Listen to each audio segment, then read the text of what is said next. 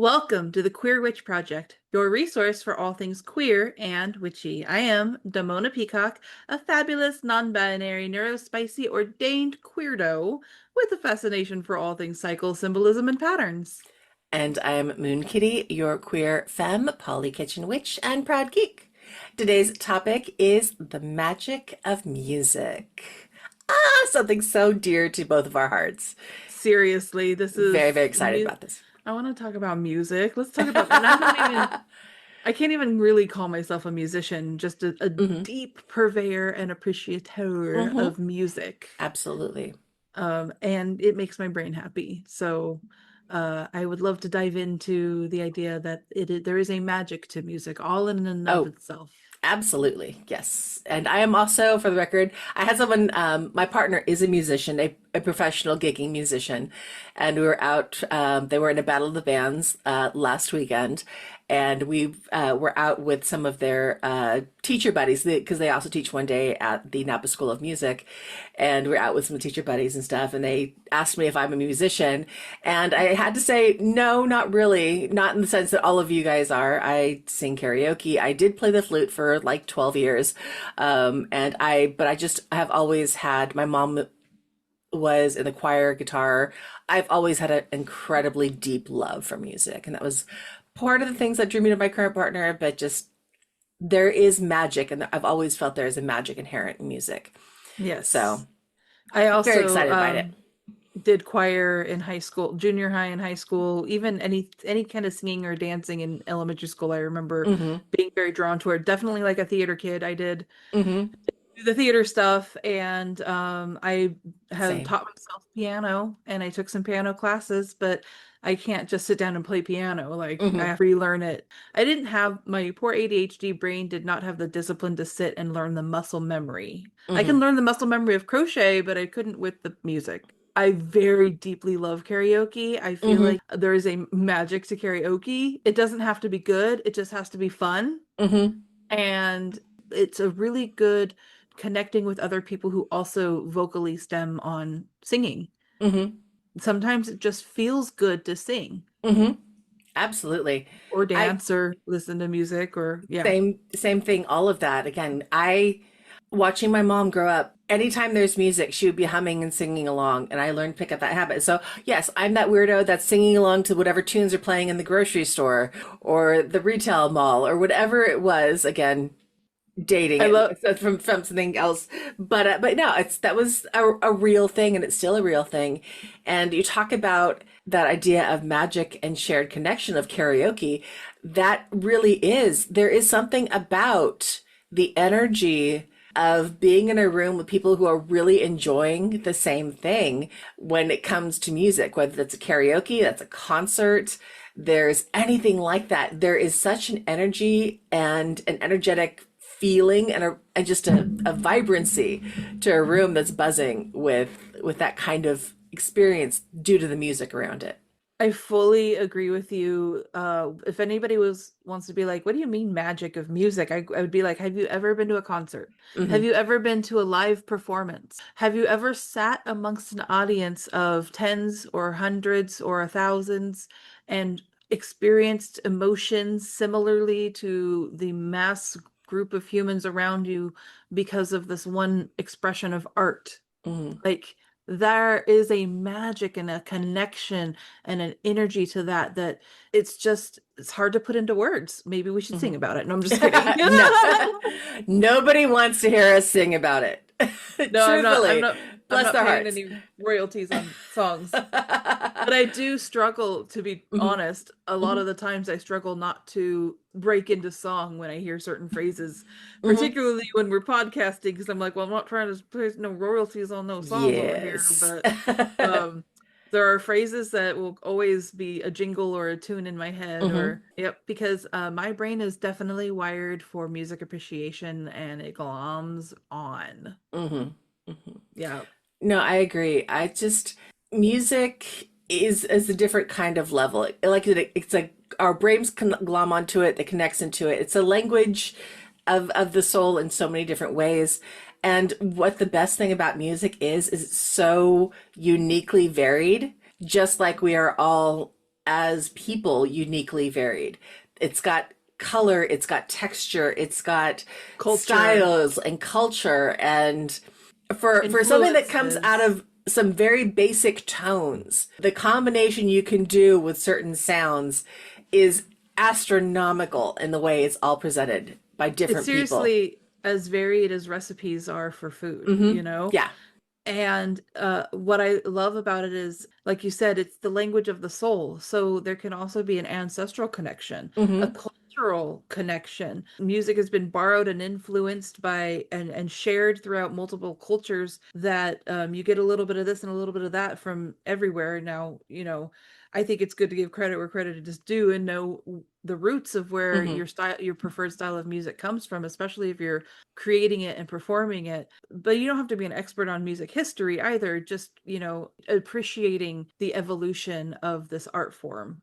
Having music accessible for schools, teaching it when kids are young, because Hmm. not only is it good for the brain and the soul and the heart, and also it's a physical thing to sing and Hmm. to play an instrument. So it's physically good for your body, but it's also mathematical Hmm. and, cycle symbolism, rhythms, there's so much symbols, haha, Hmm. pun intended, cycle symbols. Right. But yeah, there's just so much to it. It's a complex, but it can also be very simple. Hmm. And the best part for me, I think, is that it's an expression of emotions too, Hmm. a mood. Absolutely. And yeah, I don't have anything to add to that really. It's Oh, again the idea of mood and style and the simplicity of it can be as simple or as complex as you want it to be. It can be as simple as a single voice doing a cappella. It can be as simple as a simple drum beat. And you look at cultures and so many traditions are passed down orally, and a lot of those oral traditions were done through song and through rhythm, because rhythm, our bodies are naturally inclined to remember things if they have a pattern to them or a cadence and how they speak and how things are said. So all of that kind of ties back into those primal neural connections mm-hmm. that we have as a species, and it's magical. Yeah, it connects into our internal power in that being, because that moment, because it is that energy of the soul. He was talking about like how it's natural because I'm thinking like we have a heartbeat. Hmm. If you can get in connection with the rhythm of your, body, you can Hmm. get into connection with the rhythm of life, and that can make music really, Hmm. and helps people make music, I think. Yeah. But I also love that it's storytelling. Hmm. It can tell a story. It'll set a mood. Oh, absolutely. Sometimes I need to cry, or one of my favorite genres of music that I used to tease my Hmm. wife because that's definitely like her favorite genre is I called it angry girl music. Uh-huh. Sometimes you need to scream and rage, and music will do that for me a Hmm. lot of the times. It doesn't have to be a performance. It can just be driving in the car. I love road trips, even Hmm. by myself, because I will put on road trip music. Hmm. Or I used to love different types of ambient music for Yes, studying. So correct. even like in high school and college, my mom, I would have music on in the back, and my mom's like, "How can you study to this?" I'm all, "No, I cannot study, and still to this day cannot do any sort of thing if the television is on. I can't focus on anything but the television." Mm, But if there is music in the background, something about the rhythm of it, and again, especially with ambient, which tends to take your conscious, it's like it takes my consciousness to a higher level, and it just is something that it opens the gates and lets more creativity and inspiration come through. So no, it lets more inspiration and creativity come through, and there's just something about broadening it opens, and like you said, there's study music, there's a whole, mm-hmm. you can go on YouTube Genres. and find so much lo-fi study music and everything else there. Lo-fi study music is one of my favorite discoveries, or focus Mhm. music.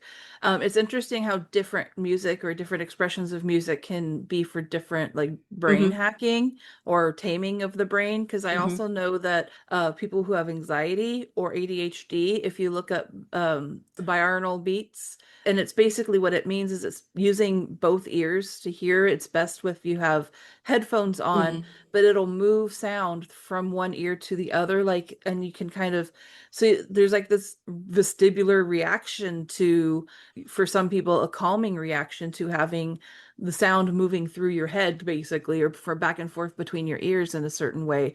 So it's really interesting brain hacks. And also, if I am having insomnia, you can look up sleep Hmm. playlists that Yeah. will conquer insomnia. Anything that's very relaxing and meditative. Apparently, I've gone to enough spas over my Yes. lifetime that it has programmed some certain kinds of music will program Right. relaxation in me. Hmm. It can cast a spell. Oh God, yes. It's so fun with talking about moving on to kind of the idea is, yeah, music can cast a spell, whether, like you said, there's the road trip spell where you are creating the idea, even unconsciously, of, hey, I am doing this thing. And along the way, this process of jury, we're talking about the ritual and the idea of the casting of a spell, it's an aspect of it that brings you to your 100%. destination. We've also had rituals and things where it's been all music. This is one of those things that Yes. you and I were talking about offline a little bit. Once upon a time back at again PantheaCon, which no longer exists, unfortunately, but one year they had an elemental ritual that was literally all music, and the music shifted through all of the elements and had different music that related to each of the elements and the sounds of each element in the background of it.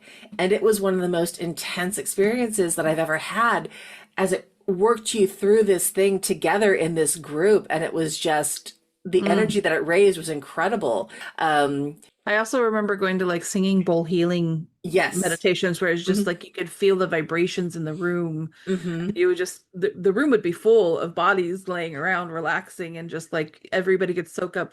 Because music isn't just a sound, it's literally a vibration. Hmm. It's airwaves, you know. I still remember as a kid being fascinated how speakers work. Like Right. it's amazing that our ears can do these things and that our technology can do these things.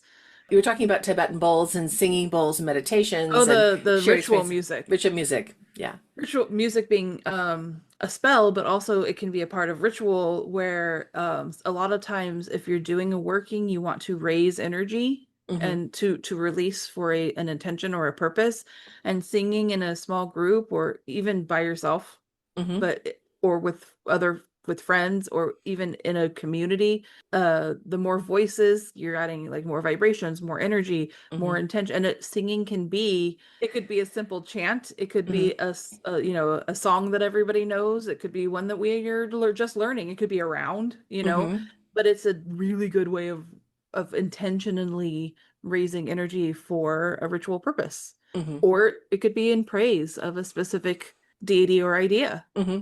There's a reason worship music is incredibly popular among many different world religions. That again, there's music that is dedicated to praising a Yeah. higher power, and it really helps strengthen that connection between the person who is engaging in it and that higher power. Hmm. It's that again, that divine connection, that energetic connection that music creates. I also know that there are a lot of cities that have their gay men's chorus. So, Mm-hmm. like, go out and and support your community and go to one of their shows. But I also know that locally, there is someone in my community, in my city, you know, the biggest city close to me, that they're trying to start up a queer folks chorus. So, not just gay men, but also lesbians, trans, non-binary, genderqueer, Mm-hmm. any kind of under the queer umbrella chorus, choir. And I just think, if not any time, now would be the time to build community where we're raising our voices together and embracing our power of speech, Mm-hmm. free speech. Yes. No, right now my mom is actually involved with the women's chorus Mm, in Sacramento and has sung many times with the gay men's chorus and performances and stuff. And same thing, it's slightly different. It's a different, but it's a different subset of community because in that women's chorus, there's a lot of people who are lesbian, queer, and everything else, but you don't have the other voices that go along with the spectrum of full queerness. I'd love to see a queer chorus come right? up, but it's really that kind of thing about fight community, like you just Yes. mentioned, finding that own kind of community that comes up with this can also be its own kind of magic because now it's opening you up to something else and Well, something and that's bigger than another thing. yourself. If you want to connect with community over music and you're not a musician or you don't feel Hmm. comfortable going to karaoke, find local venues that queer venues, if you Hmm. have access to those, who have live musicians come in. I know a lot of some drag queens will sing. Like there Hmm. are some drag queens that will sing for themselves instead of lip syncing to other people's music. Now, Hmm. that's valid too, and Hmm. all their dancing and everything. Another way you can find your and connect with your community is by finding, if you're drawn to music like we tend to, like we Hmm. are, you can find ways of connecting with people through music that's not being a musician yourself. So Right. I highly encourage that. Supporting your queer musicians means the World. world to them. Yeah. Again, speaking from someone whose partner is queer and is a musician trying to survive on this, and not just going and supporting and just kind of sitting there and talking with your friends, but sitting there and listening, paying attention. If you've got someone and you're going someplace for live music, I oftentimes you go there with your friends, and I get this is a little mini rant, but going with your friends, and there's always a need for conversation. But if you're going someplace for live music, listen to the music, respect the Hmm. artists, respect what they're saying, and you will find your own magical connection with that because I watch it as an audience member at all of these gigs. The people who aren't paying attention, they'll get like, okay, that was great, you're great. But every once in a while, you'll catch somebody who didn't know, who's never heard of this, they've never experienced it, and they're just caught and they get caught up in the music. And it's an incredible experience to feel and to watch because you get Mm. that connection to what's being said, whether it's a song that you know or it's an original piece by supporting a local musician. It's Yeah. it really does not only you helping the community and everything else, but you are creating an energetic bond and its own kind of magic itself to experience that newness. Now you are actively doing something that is challenging and different, and that will bring you new knowledge and a new experience. It's A- phenomenal. And I will say, as a neurodivergent human, that it may be possible that this is one of my hyper focuses, or but I have noticed that because birds of a feather flock together, and Hmm. my offspring and all of that said and done. But to some of us neurodivergent brains, music can mean a very lot Hmm. to us. So I mean, literally, it's in a world that doesn't cater to brains like ours a lot, music can be a sanctuary. A song can save a life. Oh, Literally, that's so so many beautiful. times. There's been so much music that has Spoken saved to you. me, spoken to Yeah. me, told me that I wasn't alone in feeling what I'm feeling, as well as again the idea of bringing this back to magic and the connections that it builds and forges, Mm. and that connection gets passed on.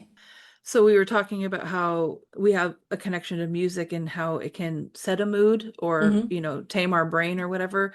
But also sometimes like you're in a mood Hmm. and you need to put music on to help you process it. Like how many times have you had songs that will make you cry? Hmm. Just because I need to cry. Like I am in a mood and I need to get some tears out. Any kind of music that I associate with my father, like, and trust, he Hmm. and I shared the love of music, so there's a lot. But like sometimes it'll hit me just out of nowhere. Something will come on and like bam, grief. It reminds me of someone, Hmm. or I just need to cry, so I'll put on a particular song that I know that means something to me about somebody or Hmm. whatever, or the story it tells is just heart-wrenching. And then again, we were talked about the anger, but like, and joyful, Hmm. like make a joyful noise. Like Right. you can actually hack your brain, Hmm. alter your moods by what you're choosing to put into to listen to Hmm. put into your head.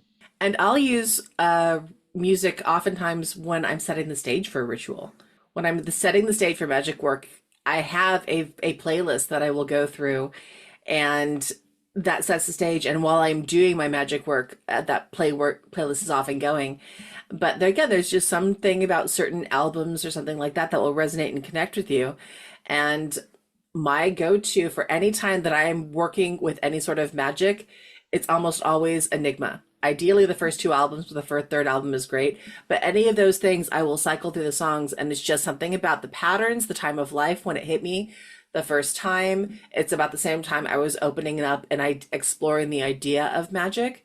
So you will find something of yourself if you are open to the idea of magic that will spark your curiosity and your desire to go further and will become the backdrop to the working that you do Yes. ultimately. Yeah, it can be very cool to set your whole ritual to music or create a Hmm. playlist that is your ritual. Hmm. So there would be a song that opened your circle or, created your circle and cast your circle or called in your elements or called in your spirit workers, raised your energy, releases the energy. You could create a whole ritual Hmm. that is a playlist, Yeah. well, I am the queen peacock Hmm. of playlists, I will say, Hmm. because much like you had mentioned the ritual that you went to that had music that went through the different elements, Hmm. I have made playlists that are for Yes. the different elements. Oh, this is an earth song. Oh, this is a water song. Oh, this is a fire song. Oh, this is a full moon song. Oh, this is a new moon song. This is a Saturn song. This is a Venus song. Like I have made so many different playlists that are magical just because I need it to be this one thing or this other thing. Hmm. But can I ramble about one of my favorite playlist projects that I have Hmm. been working on with my girlfriend? Yeah. Um, she and I we do a lot of tarot back and forth, with each other, and we have a passion for tarot.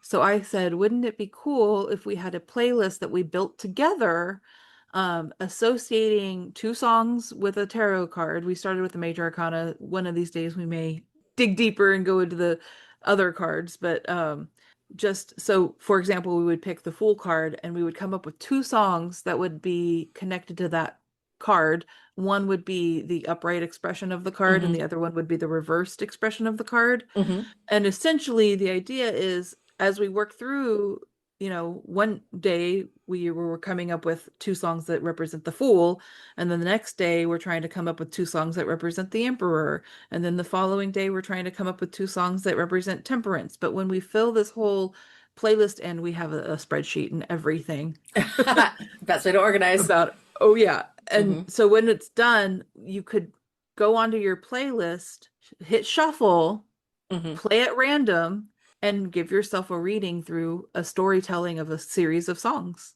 Hmm. I love that idea. Isn't that cool? Like That's a really cool idea. we're trying to build a tarot deck with music, but it has to be we're doing it together so that we discuss it and make a connection to the song and from the song to the card. And it's really fun. It's really fun to be like, Hmm. wow, this song really makes me think of the Fool. Hmm. Every time I hear this song, I think, oh, there's the Fool card popping up. And it's really cool when just the random universe kind of gives you messages that way. So, just for my own curiosity, what would be a good example of one of the cards that you can think of? Well, okay, Because so you keep mentioning the Fools. So, do you have that one completed or? there's a AJR song that's called "A Hundred Bad Days Make 100 Good Stories." Okay. So the lyric is 100 bad days make 100 good stories, 100 good stories make you interesting at parties. And so that's to me, like for some reason it connected with the Fool. Like, yeah, you're gonna have a bad day, but like at least you could tell a story about it later and laugh about it later. And Hmm. that's the essentially the story that the song is. And it's like that's very Fool like, you know, for better or worse, throw Jump off the caution to cliff the and do wind it. and Yeah. live your life, and at least you'll have a story to tell. Hmm. Oh, I love it. I love it. Yeah. But we have so many now, like, Hmm. yeah. But it's a cool. I highly recommend if that piques somebody's interest. It's also personal. Hmm. What represents Fool to you would be different because everybody listens to different music. That's why making it as a collaboration between one or two, a coven or whatever, would be Hmm. also rad. But yeah, that's one of my little favorite using music as a magical tool moments. Hmm. I have one very similar to that, only it's more in the queer community aspect. Is I have a playlist that I've created called Queer as Fuck, Hey, and it is all queer artists. I love And it. I've talked to my different friends in the community and said, hey, who are your favorite queer artists or artists that are true allies? So there may be some like Lady Gaga on there who's has at different points identified as bi, but also not, but who's absolutely an ally to queer folk Hmm. and everything else. So there's queer folk, there's queer allies, there are people who again sing about the idea of love in its many forms. And it's really Basically, interesting to get you go from a hard rock pop song to this country indie song to something else in between to like a rap song. It's called Sugar Honey Iced Tea, which I love so much, by a queer Bay Area rapper. And it's so much fun to hear just a bunch of great music Pride. by Yeah. queer artists. I love Mm. it. And there's you can find oftentimes like Spotify will have during Pride Month lists like that. So it's a great way to start. But I've definitely built one of my own that I go to back on a regular basis. You can also start with one artist like Chaperone Radio, and Right. then it'll play a lot of other similarly, Hmm. just for one example, say that I may have fallen down that rabbit hole several times, Yes. because that is definitely one of my current faves. Yes, Yeah. actually, I fully admit I have not updated in a couple of years, so I don't have any Chaperone on there right now. So that needs to be corrected. Yep. I may this podcast recording be an inspiration to you. Yes, absolutely. But yeah, no, Well, there's just so many different things that you can do with yes, music. as a magical tool. Yeah, Absolutely. and hopefully we've given you some ideas of it that it's not. I want to say one more thing too with the nature of music is if you are creating your own, that Mm, itself is its own kind of ritual and meditation and practice. And you can, like you said, do that so you can find straight instrumental, find a list of classical music, find a list of something that you can build on and write words to it. And that way you can mm, express them as you are creating a ritual. Just all of these things to incorporate magic in it. And all it will do is just add another layer. It's just enhancing your practice. It's yeah. making it go a little bit deeper. It's giving it a little more zhuzh and excitement and flair. And Creativity is one of the best energies yes. anybody can channel. Hmm. And music, you don't have to be a musician, you don't have to be a scholared artist. You just have to have a heart and soul and a desire to create, whether it's with words, sounds, storytelling, energy shifting, just know that you have access to that kind of magic. Hmm. Any human does. And Right. you find your niche. Hmm. And again, if you don't feel you have the ability to create it, there's so much that's already Yeah. created that you can You can use. appreciate. You can Yep. appreciate. And for those who are inaccessible, for talking about accessibility reasons, for those who are harder of hearing and may not be able to hear musical beats, you can feel the vibrations. Yeah. And that again goes back to the idea of the primal drum beats and things that Mm-hmm. didn't have a sound, but you feel it. If you've ever been Right. anywhere near a drum circle, you can hear it, Yes. but oftentimes before you hear it, you can feel it. You can feel Mm-hmm. it in your body. You can feel the motion. All of that kind of thing will help build and focus, and you can direct that energy towards so many different aspects of magic. And it can be healing. Oh yeah. It really is a nervous system calming effect or hypnotizing, even like you were Hmm. saying with the drum circles. And again, you don't have to be good at it. So, like Mm-mm. karaoke, it just has to be fun. You just have to Hmm. go and have fun and enjoy it. You don't have to be an expert. You don't have to be perfect. You don't have to be good at it. You don't have to be, selling out stadiums Hmm.